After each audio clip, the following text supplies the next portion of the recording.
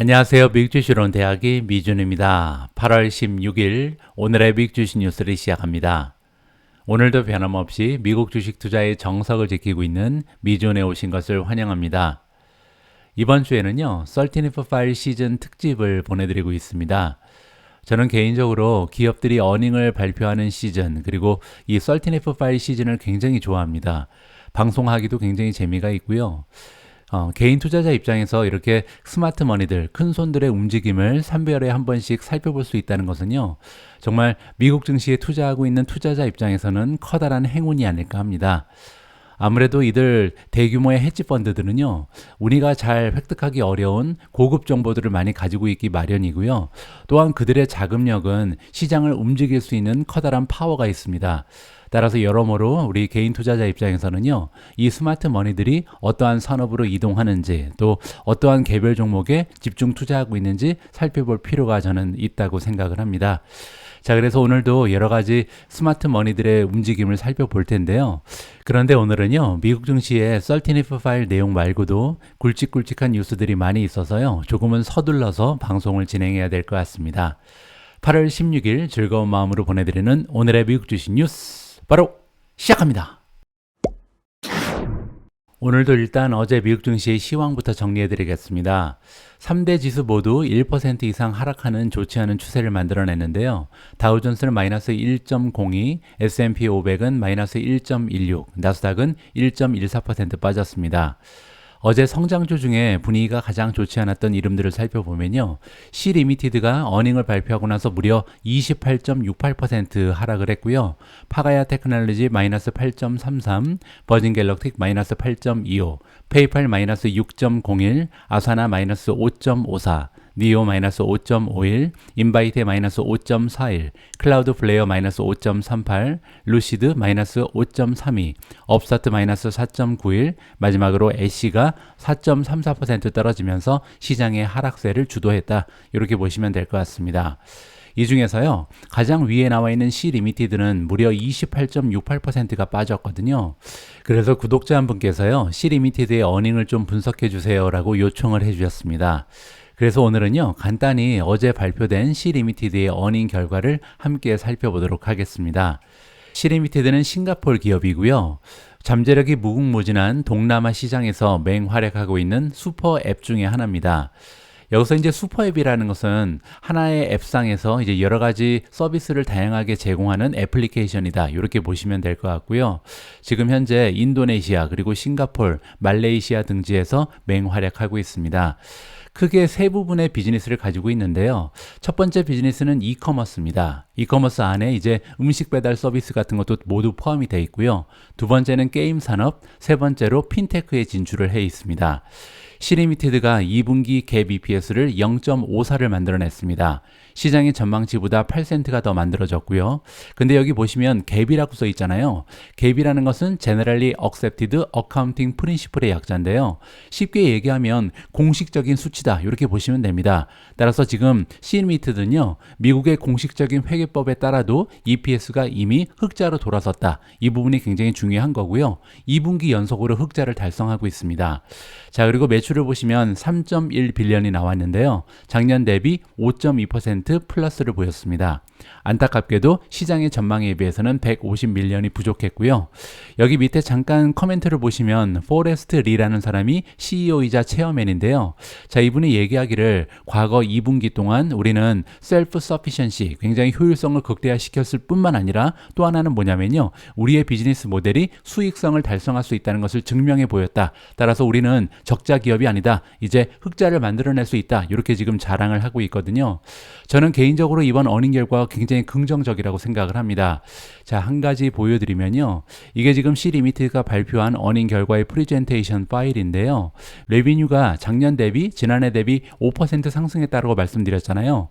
자, 그런데 여기 짙은 파란색을 보시면 작년에 비해서 많이 감소를 했죠. 이 부분이 뭐냐면요. 바로 게임입니다. 디지털 엔터테인먼트인데요. 게임 산업은 여러분들 잘 알고 계신 것처럼 최근에 굉장히 분위기가 좋지 않죠. 그럼에도 불구하고 게임 산업의 약세를 지금 다른 부분에서 메꾸고도 나옴이 있었다. 이렇게 볼 수가 있죠. 가장 아래쪽에 가장 커다란 부분을 차지하고 있는 것이 이커머스, 음식 배달 서비스까지 포함이고요. 이 부분이 굉장히 좋은 성장을 만들어냈고요. 가장 위에 있는 부분, 핀테크 역시도 좋은 성장 추세를 지켜내고 있다. 이렇게 정리가 가능합니다. 두 번째로 굉장히 고무적인 부분은요, 바로 에비타인데 어저스티드라고 써 있으니까 논갭이라고 보시면 됩니다. 논갭 에비타 수익을 보시면요, 작년 같은 경우는 가장 위에 있는 게임 부분을 제외하고는 나머지는 다 적자였습니다. 따라서 부문별로 살펴봤을 때 비즈니스가 지금 게임을 제외한 나머지는 다 적자였다. 이렇게 보시면 되는데요. 이제는 대부분의 사업 부분에서 플러스 흑자를 기록하고 있다. 굉장히 좋은 효율성이 향상됐다. 이렇게 우리가 정리를 해볼 수가 있겠죠. 자, 그리고 또 한 가지 긍정적인 부분을 보여드리면요, 디지털 엔터테인먼트 사업 분야에서, 얘기는 이제 게임이죠. 게임 분야에서 액티브 유저, 사용자의 수가 드디어 증가 추세로 돌아섰습니다. 과거 몇 분기 동안 계속 떨어지다가요, 이제 4분기, 2022년 4분기에 완전히 바닥을 찍고요, 2023년 1분기에는 비슷한 추세를 보이다가 이번 분기에 드디어 11% 정도 지난 분기 대비해서 사용자가 증가했다. 따라서 이제는 게임 산업이 어느 정도 바닥을 찍은 것이 아닌가, 이렇게 우리가 기대를 해볼 수가 있다는 거죠. 자, 그리고 보시는 것처럼 파이낸스, 핀테크 부분은 지금 작년 대비 53%라는 건강한 성장률을 만들어냈다. 이렇게 보실 수가 있는 거고요. 다음으로 긍정적인 부분은 그로스 프로핏입니다. 그로스 프로핏은 총이익이라고 우리가 해석을 하죠.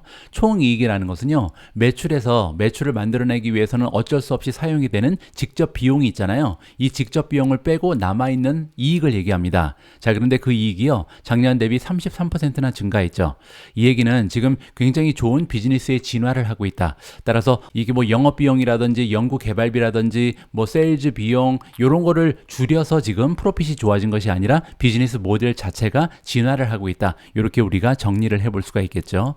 자, 밑에 내려가서 이번에는요, 코스트 앤 익스펜스, 비용을 보면요, 대부분 분야에서 지금 효율성이 굉장히 좋아지고 있습니다. 아까 말씀드린 것처럼 직접 비용을 많이 지금 감소시켰죠. 11%나 작년 대비 감소를 했고요. 매출이 증가했는데 이렇게 직접 비용이 감소했다는 것은 굉장히 고무적입니다.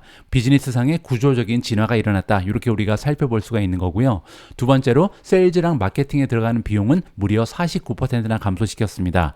따라서 이제는 어느 정도 비용의 효율성을 이루고 있다. 지나치게 많은 비용을 세일즈에 쓸 필요가 없다. 이렇게 보는 거고요. 자, 세 번째로 제너럴, 일반적인 비용, 그리고 행정 비용이요, 작년 대비 19%나 감소를 했습니다. 마지막으로 리서치 앤 디벨로먼트, 연구 개발비 역시도 24%나 감소를 시켰고요. 따라서 지금 현재 C&M들은요, 코스트 오브 레비뉴, 따라서 직접 비용뿐만 아니라 영업 비용도 굉장히 많이 줄이면서 비용의 효율성을 극대화시키고 있다. 따라서 다가오는 미래에요, 지속적으로 이 흑자를 기록할 가능성이 굉장히 높아졌다. 이렇게 우리가 기대감을 높여볼 수가 있을 것 같습니다. 그렇기 때문에 작년 이맘때는 마이너스 931.2라는 굉장히 초라한 순이익을 만들어냈는데요. 올해는 당당 플러스 331로 급증하는 추세를 보여주고 있다. 따라서 이제는 흑자 기업이다. 이렇게 정리가 가능한 거죠. 따라서 제가 볼 때는요, 시리미티드가 굉장히 주가가 많이 떨어졌는데 어떻게 보면 줍줍 기회가 찾아온 것으로 기대가 됩니다. 어닝의 전망치를 잠깐 살펴볼 텐데요. 시리미티드 들어오셔서 어닝 탭을 클릭하시고 어닝즈 에스티메이트 전망치를 살펴보시면요. 자, 올해 한 해 동안 2023년이 마감될 때 한 주당 만들어낼 것으로 기대되는 순이익은 $2 정도에 불과합니다.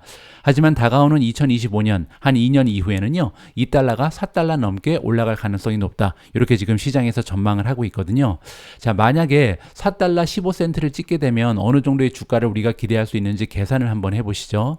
자, 보시는 것처럼 4.15 정도를 만들어낸다면 곱하기 지금 시리미티드는 성장 주식이잖아요. 그래서 한 30배 정도는 가능하지 않을까 우리가 기대를 해볼 수가 있겠죠. 그렇게 되면 주가가요, $124를 찍을 가능성이 높습니다.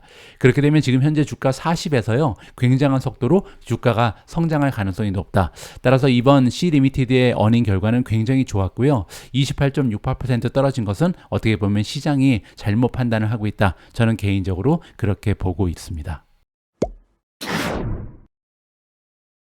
어제 미국 증시는 큰 폭으로 하락했지만 그 와중에 긍정적인 추세를 만들어낸 성장주들이 보이는데요. 대표적으로 나비타스가 4.65% 상승했고요. 또 하나는 아이온큐입니다. 아이온큐 역시도 4.57%라는 굉장히 좋은 추세를, 하락세를 이겨내면서 만들어냈는데요. 아이온큐 같은 경우는 어떤 뉴스가 있었길래 이렇게 긍정적인 주가의 흐름을 만들어냈는지 이 부분을 살펴보도록 하겠습니다. 아이온큐의 주가가 오늘 왜 올라갔는가 이렇게 물어보고 있죠. 그럴 만한 이유 하나가 있었습니다. 아이온큐의 주가가 수요일날 4% 이상 급등했다라고 나와 있고요. 그 이유는 뭐냐면 아이온큐가 발표를 하나 했습니다. 새로운 딜, 따라서 파트너십을 결성했다는 거죠. 파트너십의 상대는 자파타 AI고요. 자파타 AI는 이름에 나와 있는 것처럼 인공지능과 관련된 기업이겠죠. 제가 조금 살펴보니까요. 그냥 인공지능만 연구하는 그런 기업은 아니고요. 양자 컴퓨터랑 연결이 되어 있습니다. 양자 컴퓨터가 이 AI, 인공지능의 머신러닝에 어떠한 이점을 제공할 수 있는지 이 부분에 굉장히 좀 집중해서 연구하는 기업이다. 이렇게 보시면 되고요.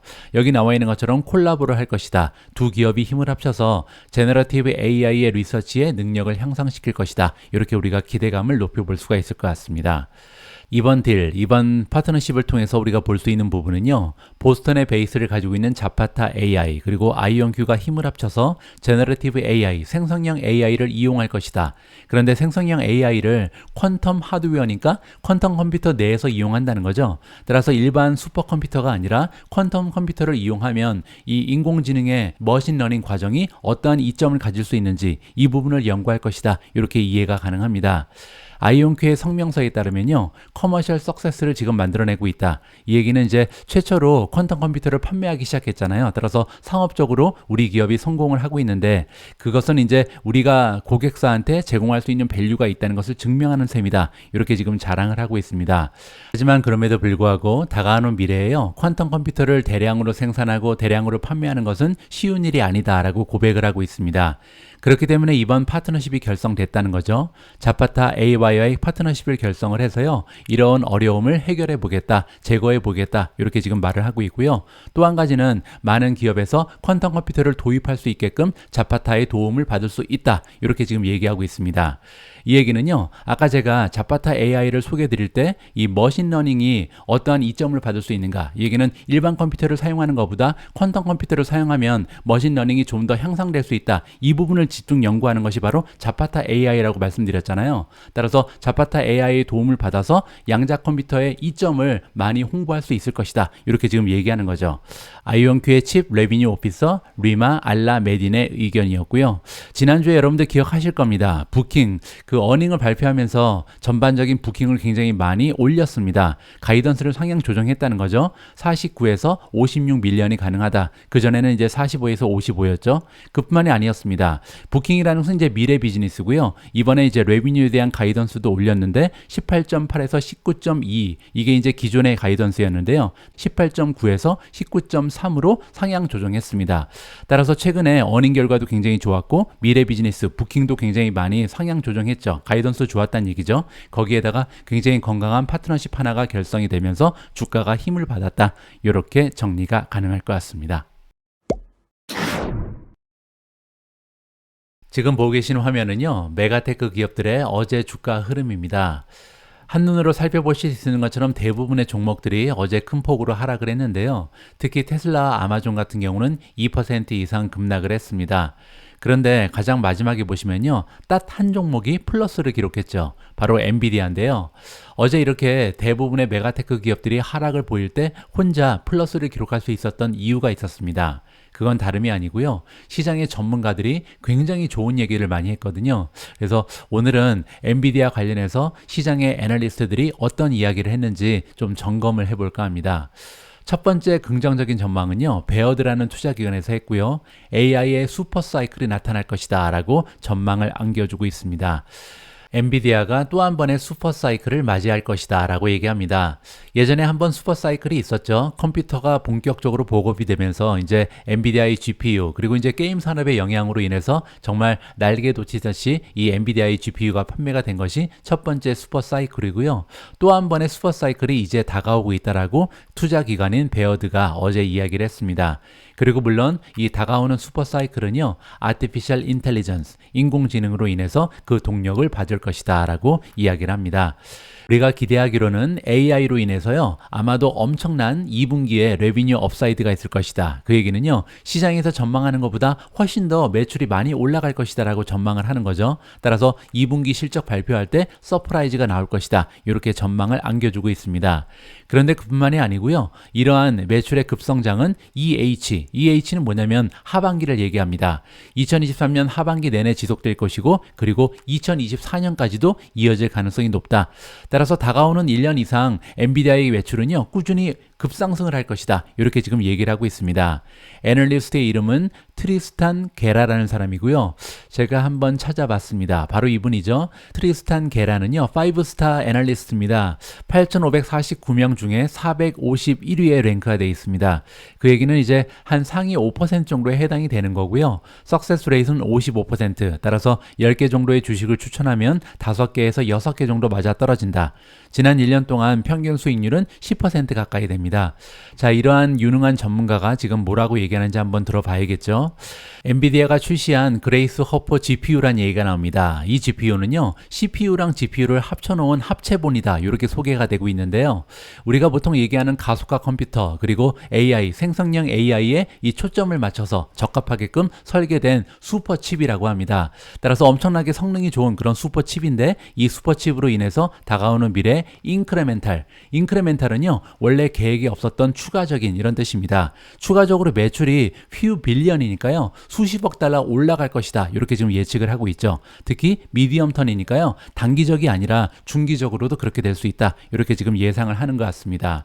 따라서 게라라는 이 전문가는요, 아웃퍼포밍, 따라서 매수 의견을 다시 한번 재확인했고요. 프라이스 타겟, 목표 주가는요, 원래 475, 이것도 굉장히 높았는데 475에서 이번에 무려 570으로 올렸습니다. 그렇게 되면요, 지금 현재 엔비디아의 주가가 439에 불과합니다. 따라서 다가오는 1년 동안 30% 정도 추가적으로 주가가 상승할 수 있다. 엄청난 목표 주가를 지금 부여하고 있는 거죠. 자, 이렇게 높은 목표 주가를 설정한 이유가 설명되고 있는데요. 일단 첫 번째로 인공지능 퓨를 받은 붐, 따라서 지금 인공지능 붐이 일어나고 있죠. 이게 첫 번째 이유인 것 같고요. 두 번째는 소비자 GPU, 따라서 컴퓨터에 들어가는 GPU, 게임용 GPU를 얘기하는데요. 이거 역시도 리바운딩, 조정을 끝내고 이제 드디어 반등을 하고 있다라고 얘기합니다. 그의 기대에 따르면, 예상에 따르면 플래티시니까요, 이번 분기에는 아마도 저번 분기랑 비슷한 매출을 기록할 것이다. 하지만 3분기부터는요, 드디어 바닥을 찍고 조금씩 게임 산업을 위시한 GPU의 수요, 컴퓨터 GPU 수요가 올라갈 것이라고 얘기합니다. 따라서 지금 사이클도 굉장히 좋다는 거죠. 반등할 그런 시기에 나와 있고, 거기에 플러스 인공지능의 붐이 일어나면서 매출 그리고 주가는 급상승할 수밖에 없다. 그것이 지금 베어드의 전문가 게라의 의견이다, 이렇게 정리가 가능합니다. 어제는요, 엔비디아 관련해서 굉장히 긍정적인 전망을 제시한 기관이 하나 더 있습니다. 바로 UBS인데요. 유니언 뱅크 오브 스위tzerland죠. 자, 이들의 이야기도 한번 들어봐야 될 것 같습니다. 투자기관 UBS가 어제 얘기하기를요, 인베스터들, 우리 같은 투자자들이 스테이 더 코스해야 된다. 이 얘기는요, 엔비디아 팔면 안 된다는 얘기입니다. 지금 2분기의 결과가 8월 23일 날 발표될 예정인데 그때까지 꼭 갖고 있어라. 그냥 어닝 결과 나올 때까지 제발 팔지 말고 그대로 보유하고 있어라. 이렇게 지금 추천을 하고 있는 거죠. 애널리스트의 이름이 나옵니다. 티모시 아퀼인데요.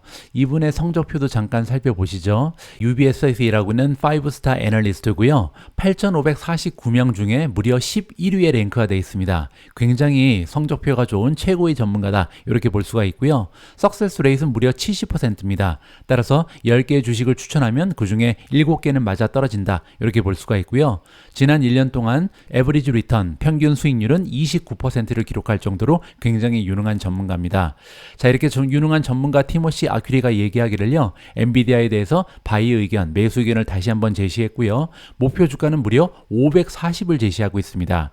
그렇게 되면요, 아까보다는 조금 낮은 목표 주가긴 하지만 지금 현재 주가에서 23% 정도 추가적인 상승 여력이 남아있다. 굉장히 긍정적인 전망을 가지고 있는 거죠. 그리고 덧붙여서 얘기하기를 디맨드 쪽은 이제 수요잖아요. 수요는 걱정할 필요 없다. 왜냐하면 아티피셜 인텔리전스로 인해서요, 롱텀 오퍼튜니티가 있다라고 얘기합니다. 따라서 장기적인 관점을 봤을 때 수요는 계속해서 급증할 수밖에 없다, 이렇게 얘기하는데요. 문제는 단기적으로 기본적으로 공급이라고 얘기합니다. 어느 정도 이러한 수요를 맞춰줄 수 있을지, 생산이 가능할지 이 부분이 문제라는 거죠. 그리고 엔비디아의 미래에 관련해서는요, 아큐리가 지금 기대하기로는 엔비디아가 가이던스를 던질 텐데 3분기에 옥토버 쿼터라는 것은 이제 3분기를 얘기하는 거죠. 3분기에 매출이 14.5를 찍을 수 있다라고 가이던스가 나올 것이다. 그뿐만이 아니라요, 올해 회계연도가 끝날 때 한 주당 만들어내는 EPS는요 10달러를 찍을 것이다라고 얘기합니다. 그리고 이제 2025년, 이건 내년입니다. 왜냐하면 회계연도가 1년 앞서가고 있거든요. 따라서 칼란다 이어로 할 때는 2024년, 그리고 회계연도로는 2025년, 내년인데요. 내년에는 엔비디아 한 주당 17달러라는 엄청난 순이익을 만들어낼 것이다. 이렇게 지금 전망을 안겨주고 있습니다. 자, 그러면 만약에 내년에 엔비디아가요 한 주당 순이익을 17달러 만들어낼 수 있다면 여기를 가지고 또 우리가 목표 주가를 정해볼 수가 있겠죠. 그 얘기는 뭐냐면요, 아까 이 전문가가 얘기하기를 540달러를 목표 주가로 제시를 했잖아요. 자, 540을 나누기 이 17달러를 하면 됩니다. 그러면 멀티플이 나오잖아요. 자, 그러면 멀티플이 31.76에 불과합니다. 여러분들 잘 알고 계신 것처럼 엔비디아라는 주식은요 40배, 50배, 60배 뭐 이런 PER을 항상 유지해 왔습니다. 그렇기 때문에 지금 현재 540이라는 목표 주가가 굉장히 높은 것 같지만, 만약에 내년 실적이 17달러까지 올라갈 수 있다면, 따라서 주가는 실적 곱하기 멀티플인데 여기서 멀티플을 역으로 계산해 보니까요 32배 정도밖에 되지 않는다. 따라서 굉장히 좀 적절한 목표 주가다, 충분히 달성 가능하다, 이렇게 정리를 해드릴 수가 있을 것 같습니다. 다음으로 준비된 기사는 테슬라 관련된 소식이고요. 또 하나의 자동차 기업이 테슬라의 슈퍼차저를 이용할 것이라는 굉장히 반가운 뉴스가 전달되고 있습니다. 자, 이번 파트너십의 대상은 피스커라는 스타트업 기업이고요. 구체적인 내용을 한번 읽어보시죠. 전기차 스타트업 기업인 피스커가 어제 화요일날 발표를 했는데요. 그들의 고객들은 앞으로 다가오는 미래에 테슬라의 슈퍼차저 네트워크를 사용할 수 있을 것이다 라는 발표가 있었습니다. 캘리포니아에 베이스를 두고 있는 피스커가 테슬라와 잉크 어딜 했다. 잉크로 이제 사인을 했다는 거죠. 자, 테슬라의 충전 방식은 여러분들 잘 알고 계신 것처럼 노스 아메리칸 차징 스탠다드입니다. 줄여서 우리가 NACS 방식이라고 부르죠. 2025년부터 피스커의 고객들도 이 NACS 테슬라의 슈퍼차저를 이용한다. 이렇게 보시면 될 것 같습니다. 일단 처음에는요, 피스커의 고객들은 NACS 아답터를 이용해야 됩니다. 따라서 지금 현재 기존의 자동차는요 NACS 주입구를 가지고 있지 않다, 이렇게 볼 수가 있는 거죠. 2025년부터 그렇게 이용을 해야 되고요. 하지만 피스커가 첨언하기를요, 나중에 업데이트를 할 것이다, 비이클의 엔지니어링을 바꿀 것이다. 이 얘기는 뭐냐면요, CCS 방식을 포기하고 NACS 인넷이 이제 주입구잖아요. 충전 주입구를 완전히 바꾸겠다, 이렇게 얘기합니다. 그때 가서는 이제 아답터를 CCS 아답터를 제공한다. 따라서 이제 본격적으로 NACS가 완전한 충전의 스탠다드가 되고 있다, 이렇게 우리가 이해를 해볼 수가 있겠죠.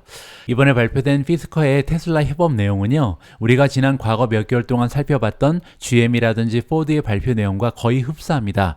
따라서 정말로 테슬라의 NACS가 이제 업계의 표준이 되고 있다는 것이 거의 분명해지고 있다, 이렇게 해석이 가능할 것 같습니다. 지금부터는요, 예고해드린 것처럼 13F 파일 특집으로 진행하도록 하겠습니다. 오늘 우리가 가장 먼저 살펴볼 스마트 머니의 동향은요, 빌 에크만이 운영하고 있는 펄싱 스퀘어라는 헤지펀드입니다. 일단 빌 에크만이라는 투자자는요, 뭐 외모도 영화배우처럼 잘생겼지만 이 수익률도 굉장히 좋습니다. 보시면요, 빌 에크만이 펄싱 스퀘어를 런칭한 것이 2004년이었는데요. 그리고 나서 2014년까지 무려 10년 동안 평균 수익률이 27.7%를 찍은 바가 있습니다. 굉장한 수익률이죠. 그런데 이제 2014년 이후에 최근에는 어떤지 이게 굉장히 궁금하잖아요. 한번 살펴보죠. 여기 나와 있는 것처럼 빌 에크만의 13F 파일 포트폴리오를 보니까요, 3년 평균 수익률이 무려 18.26%입니다. 탑 20라고 나와 있는데요. 사실 빌 에크만은 10개 이하의 주식을 보통 보유하고 있거든요. 따라서 8개, 지금 현재는 8개를 가지고 있는데 이 8개를 가지고 3년 평균 18%가 넘어가는 굉장한 수익률을 내고 있다, 이렇게 정리가 가능한 거죠. 그리고 그 밑에 보시면요, 만약에 보유 비중을 무시하고 다시 한번 계산하면 20%가 넘어갑니다. 따라서 우리 투자자 입장에서 빌 에크만이 보유하고 있는 8종목이 어떤 종목인지 굉장히 많은 관심을 기울일 필요가 있겠죠. 그리고 그 옆에 섹터 얼로케이션에 굉장히 재미있는 사실 하나가 있는데, 있는데요. 보시는 것처럼 과거에는요, 빨간색이 없었습니다. 계속해서 빨간색이 보이지 않다가 지금 2023년 1분기, 2분기, 딱 최근에 2분기에 들어서만 빨간색이 보이잖아요. 그리고 빨간색의 비중이 올라가고 있죠. 바로 빨간색이 테크놀로지입니다. 자, 그런데 과연 8개 종목 중에 어떤 테크놀로지, 테크 기업을 갖고 있는지 이 부분이 굉장히 관심이 가는 부분인데요. 한번 기사를 통해서 살펴보도록 하겠습니다. 일단 테크 기업의 이름이 공개가 되는데요. 바로 구글의 모기업인 알파벳입니다. 구글의 모기업인 알파벳에 지난 분기에 처음으로 이제 투자를 시작했고요. 이번 분기에 들어서도 추가적으로 주식을 샀다. 이렇게 지금 나와 있는 거죠. 이 헤지펀드 빌리어네어인 에크만이 운영하고 있는 펄싱 스퀘어는요. 알파벳의 C클래스, 우리가 보통 GOOG라고 부르는 주식이죠. 이 주식이 지난 분기에는 800만 주 있었는데요. 이번 분기에 보니까 938만 주까지 보유 비중을 확대했다. 그리고 또 하나의 알파벳 주식 GOGL이 있죠. 클래스 A인데요. 이 주식 같은 경우는 219만 주를 그대로 갖고 있다. 이렇게 정리가 가능합니다. 자, 그러면 나머지 7개 종목도 굉장히 궁금해지죠. 여기에 나와 있습니다. 탑홀딩즈를 들어가 보면요. 지금 현재 빌 에크만이 투자하고 있는 넘버1 종목은 치폴레입니다. 18.86%의 자금이 여기 들어가 있고요. 지난 분기에 비해서는 7.34% 보유 비중을 줄였습니다. 두 번째로 비중이 높은 종목은 레스토랑 브랜즈입니다. 레스토랑 브랜즈는 우리가 잘 알고 있는 버거킹 그리고 파파이스를 가지고 있는 기업이죠. 자, 포트폴리오의 16.73%를 담당하고 있고요. 1분기에 비해서는 3.5% 소량으로 비중을 줄인 바가 있습니다. 세 번째는 로고요. 25.58% 비중을 줄이면서 아직까지는 15.58%의 자금이 들어가 있습니다. 네 번째로 비중이 높은 종목은 힐튼이고요. 힐튼 같은 경우는 소량으로 추가 매수를 했습니다. 12.56%. 그 뒤를 보시면 하워드 휴지 코퍼레이션이 보이고요. 캐나디안 패시픽 캔서시티. 자, 그리고 마지막을 보시면 GOOG 그리고 GOGL이 나옵니다. 알파벳의 비중은요. 두 종목을 합쳐서 지금 한 13% 가까이 된다. 이렇게 보시면 될 것 같고요. 앞에서 우리가 살펴본 것처럼 1분기에 비해 16.2% 정도 보유 비중이 증가했다. 이렇게 마무리가 가능합니다. 다음으로 살펴볼 스마트머니의 포트폴리오는요. 타이거 글로벌입니다. 테크에 몰빵을 하는 그런 헤지펀드인데요. 따라서 2022년 작년에 정말 많은 고생을 한 그런 헤지펀드다. 이렇게 보시면 되고요. 타이거 글로벌 매니지먼트라는 헤지펀드는요. 체이스 콜만이라는 굉장히 유명한 투자자가 운영을 하고 있고요. 지난 분기에 13F 파일을 확인해 보니까 아폴로 글로벌 매니지먼트의 주식을 굉장히 대량으로 늘렸습니다. 아폴로 글로벌 매니지먼트는요, 투자 회사입니다. 금융 회사인데 제가 시킹알파에 들어가서 평가를 좀 살펴봤더니요, 퀀트 스코어 굉장히 좋습니다. 4.65를 받으면서 강력 매수를 받고 있는 상황이고요. 시킹알파에 연계되어 있는 애널리스트들은 4.00을 주고 있고요. 월가의 전문가들 역시 4.06, 굉장히 좀 긍정적인 평가를 고루고 받고 있는 그런 종목 중에 하나다. 이렇게 볼 수가 있겠죠. 보시면 타겟 프라이스는 지금 93.50, 따라서 지금 현재 주가에서도 16% 이상 상승 여력이 남아있는 주식이다. 이렇게 살펴보실 수가 있겠습니다. 자, 이렇게 아폴로 글로벌 매니지먼트의 주식은 많은 폭으로 증가시켰는데요. 안타깝게도 테크 주식은 많이 팔았습니다. 첫 번째로 알파벳, 두 번째 아마존, 세 번째 JD.com을 많이 정리했다. 이렇게 지금 나와 있고요. 또한 포트에서 완전히 제외해버린 종목도 많이 있습니다. 일단 85만 주 정도의 애플을 갖고 있었는데 완전히 정리를 했고요. 마스터카드, 비자, 그리고 블록 이런 종목들도 완전히 포트에서 제외시켰다. 이렇게 파악이 가능합니다. 반면 지난 분기에 새롭게 매수한 종목이 여러 개 있는데요. 첫 번째는 파마스티칼 기업인 일라이 릴리고요. 두 번째는 노보 노르디스크 이렇게 보시면 될 것 같습니다.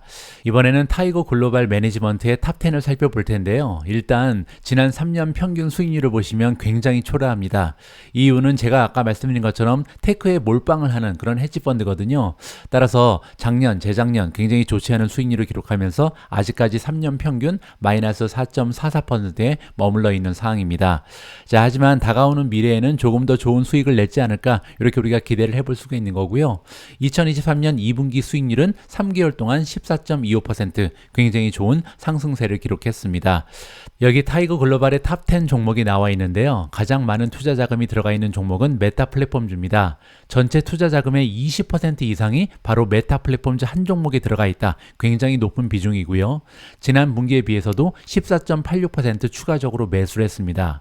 두 번째로 비중이 높은 종목은 마이크로소프트고요. 16.13%. 하지만 1분기에 비해서 4.4% 정도 소폭으로 보유 비중을 감소시켰다. 이렇게 보시면 되고요. 아까 기사에 등장했던 아폴로 글로벌 매니지먼트 같은 경우는 371%나 굉장히 많은 폭으로 보유 비중을 늘렸고요. 지금 현재 전체 자금의 7.92%를 담당하고 있습니다. 네 번째는 JD.com 6.01%고요. 테이크2 인터랙티브 보시는 것처럼 100% 가까이 추가 매수를 했습니다. 그러면서 다섯 번째로 보유 비중이 많아졌고요. 여섯 번째로 인투이트가 보이고요. 인투이트 역시도 지난 분기에 비해서 136% 추가 매수를 감행했습니다. 자, 그 뒤를 보시면 아마존, 알파벳, 워크데이, 서비스나우가 보이는데요. 네 종목 모두 보유 비중을 감소시켰다. 이렇게 이해가 가능하고요. 그 밑에 엔비디아가 보입니다. 그런데 엔비디아 같은 경우는요 1332% 따라서 보유 비중이 거의 없었는데 굉장히 많은 폭으로 추가 매수했다. 그러면서 지금 현재 전체 자금의 2.2% 정도가 엔비디아에 들어가 있다. 이렇게 정리가 가능합니다. 다음으로 살펴볼 스마트머니의 동향은요, 데니엘 럽이 운영하고 있는 서드포인트입니다. 데니얼 롭이라는 투자자에 대해서 잠깐 보여드리면요. 지난 20년 동안 무려 20%가 넘어가는 평균 수익률을 보여왔습니다. 따라서 전설적인 투자자 중에 한 명이다. 이렇게 보시면 될 것 같고요. 자, 데니얼 롭이 운영하고 있는 서드포인트의 변동 사항을 살펴보도록 하겠습니다. 일단 새롭게 포트에 없었는데 담은 종목이 4개나 됩니다. 첫 번째로 액티비전 블리자드를 담았고요. 두 번째는 블랙 나이트, 세 번째로 아마존을 새롭게 매수했고요. 마지막으로 우버 테크놀로지, 이렇게 네 종목은 지난 분기까지 투자하지 않았었는데 이번 분기에 새롭게 발견되는 주식이다. 이렇게 정리가 가능하고요. 두 번째로 원래 가지고 있던 종목을 완전히 팔아버린 종목이 3개 있습니다. 첫 번째는 세일즈포스고요. 두 번째는 유나이티드 헬스, 마지막으로 내셔널 인스트루먼트. 이렇게 세 종목은 지난 분기에는 있었는데 이번 분기부터는 투자를 진행하지 않고 있다. 이렇게 볼 수가 있겠죠. 특히 세일즈포스 같은 경우는요. 오늘 그리고 어제 방송을 통해서 우리가 많은 투자기관에서 이 주식을 던졌다는 것을 간파해 볼 수가 있었습니다. 따라서 우리가 모르는 어떤 정보를 큰손들이 확보한 것이 아닐까 이렇게 좀 생각을 해볼 수가 있을 것 같고요. 자, 다음에는 이 헤지펀드의 탑10을 보도록 하겠습니다.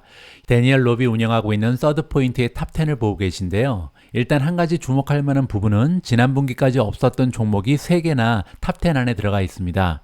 첫 번째는 3위를 차지하고 있는 아마존이고요. 새롭게 매수를 하면서 지금 7.83%라는 높은 비중을 담당하고 있고요. 두 번째는 타이완 세미컨덕터 매뉴팩처링 컴퍼니 TSMC입니다. TSMC 역시 지난 분기에는 없었는데요. 새롭게 대량 매수하면서 3.62%의 자금이 들어가 있습니다. 마지막으로 9위에 랭크된 엔비디아 역시도 지난 분기에는 없었는데요. 이번에 50만 주를 새롭게 매수하면서 3.1%의 자금이 엔비디아에 들어가 있는 상황입니다. 두 종목의 보유 비중은 줄였습니다. PG&E 코퍼레이션은 8.86% 팔았고요. 다나오 역시도 5.45% 트림을 했다. 이렇게 보실 수가 있겠죠. 그리고 이제 한 종목이 보이는데요. 마이크로소프트는 많이 추가 매수했습니다. 무려 44.76% 보유 비중을 증가시키면서 지금 현재 전체 자금의 7.56%를 담당하고 있다. 그리고 그 밑에 보시면 알리바바도 많이 샀네요. 122% 증가시키면서 3.6%를 담당하는 기업이다. 이렇게 살펴볼 수가 있겠습니다. 다음은 필립 라뽕이 운영하고 있는 코투 매니지먼트의 포트폴리오를 엿보도록 하겠습니다. 빌리언웨어, 억만장자 투자자인 필립 라퐁트가 운영하고 있는 코투 매니지먼트는요, 지난 2분기에 새롭게 매수한 종목이 있습니다. 원래 포트에 없었는데 추가했다는 거죠. 일라이 릴리를 샀고요. 또 하나는 오라클입니다. 반면 보유하고 있던 종목에서 빠져나간 완전히 배제시킨 종목이 여러 개가 있는데요. 첫 번째로 게임스톱을 완전히 정리했고요. 따라서 밈 주식을 포기했다. 이렇게 보시면 되고요. 세일즈포스가 또 나옵니다. 따라서 굉장히 여러 다양한 투자기관에서 세일즈포스에 대한 전망을 좋지 않게 본다. 이렇게 우리가 살펴볼 수가 있겠죠. 이번에는 보유를 계속 하긴 하지만 비중을 줄인 종목입니다. 테크 기업들을 굉장히 많이 줄였는데요. 테슬라, 넷플릭스, 알파벳, 그리고 메타의 주식의 보유 비중을 줄였다. 이렇게 볼 수가 있고요. 반면 같은 테크 주식인데 보유 비중을 오히려 올린 주식이 2개 있습니다. 첫 번째는 아마존이고요. 두 번째로 마이크로소프트에 대해서 전망을 좋게 본다. 이렇게 정리가 가능하겠죠. 아까 말씀드린 것처럼 세일즈포스는 원래 28만 주를 가지고 있었는데 완전히 빠져나갔고요. 그 외에도 코인베이스에 대한 투자도 포기를 했고요. 마지막으로 제가 아끼는 팔란티어 테크놀로지도 원래 보유하고 있었는데 이번에 빠져나갔다. 이렇게 파악을 해볼 수가 있을 것 같습니다. 이번에는요, 코트 매니지먼트의 탑10을 보도록 하겠습니다. 탑10 보기 전에 성적표부터 좀 볼까요? 여기 보시면 퍼포먼스 히스토리. 지난 3년 동안 평균 수익률이 마이너스입니다. 굉장히 좋지가 않았죠. 따라서 섹터 얼로케이션을 좀 봐야 할 것 같은데요. 보시는 것처럼 테크놀로지, 기술주에 굉장히 좀 심하게 몰빵을 하고 있습니다. 그렇기 때문에 2021년, 2022년 굉장히 낮은 수익률을 기록하면서 이렇게 좋지 않은 성적표를 제출한다. 이렇게 파악이 가능한 거죠. 자, 지금 현재 가장 많은 비중을 담당하고 있는 테크 기업은 엔비디아입니다. 지난 분기에 6.7% 정도 보유 비중을 줄이긴 했는데요. 그럼에도 불구하고 전체 자금의 9.6%가 엔비디아에 들어가 있다. 이렇게 살펴볼 수가 있고요. 두 번째는 마이크로소프트. 아까 기사에 나와 있던 것처럼 67.7%나 지금 보유 비중을 증가시키면서 2위에 이름을 올리고 있습니다. 비중은 8.83이고요. 세 번째, 메타 플랫폼즈는 29%나 보유 비중을 줄였음에도 불구하고 아직까지는 7.98%가 들어가 있고요. 아마존은 아까 보신 것처럼 125% 오히려 더 샀습니다. 그러면서 8% 가까운 보유 비중을 담당하고 있다. 다섯 번째는 AMD고요. 7.8%. 테슬라는 조금 줄이긴 했습니다. 아주 소량이고요. 전체 자금의 6% 가까이 테슬라에 들어가 있다. 다음은 넷플릭스고요. 모더나, 타이완 세미컨덕터, 알파벳 같은 조직에 지금 투자를 진행하고 있는 것이 코트 매니지먼트다. 이렇게 말씀드릴 수가 있겠습니다. 오늘 마지막으로 살펴볼 큰손의 포트폴리오는요, 투도로 인베스트먼트입니다. 투도로 인베스트먼트 역시 전설의 투자자가 이끌고 있는데요. 바로 폴 투도로 존즈입니다. 자, 이분이 1984년에 헤지펀드를 만들었습니다. 그리고 나서요, 2010년 7월이니까 25년이 넘어가는 오랜 기간 동안 단 한 번도 마이너스 수익을 낸 적이 없다라고 합니다. 정말 대단하죠? 거기에다가 평균 수익률은요, 무려 27%를 넘어갑니다. 정말 전설이라는 말이 딱 맞는 분인데요. 안타깝게도 최근에는 이제 수익률이 조금 떨어지긴 했겠죠. 그러니까 이제 옛날 얘기를 하고 있는데요. 최근에 성적표를 잠깐 보도록 하겠습니다. 3년 평균 10.6%, 그리고 지금 만약에 웨이시 없다면 10.39%, 3년 동안 수익률이 굉장히 좋지가 않았거든요. 하지만 한번 이제 기량이 있었던 분이기 때문에 앞으로 다가오는 미래에는 좋은 수익률을 낼 가능성이 높다. 따라서 어떠한 기업에 투자하고 있는지 살펴볼 이유가 있겠죠. 자, 밑으로 내려가서 살펴보시면요. 투도로 인베스트먼트는 빌리어네어, 억만장자 인베스터인 폴 투도로 존즈가 만든 헤지펀드다라고 나와 있고요. 이번에 주식을 완전히 정리하고 빠져나온 종목이 있습니다. VM웨어를 팔았고요. VJ 알렌 하밀턴 홀딩스, BAH를 팔았고요. 또 하나의 종목은 HRL입니다. 호말푸드라는 종목을 정리를 했습니다.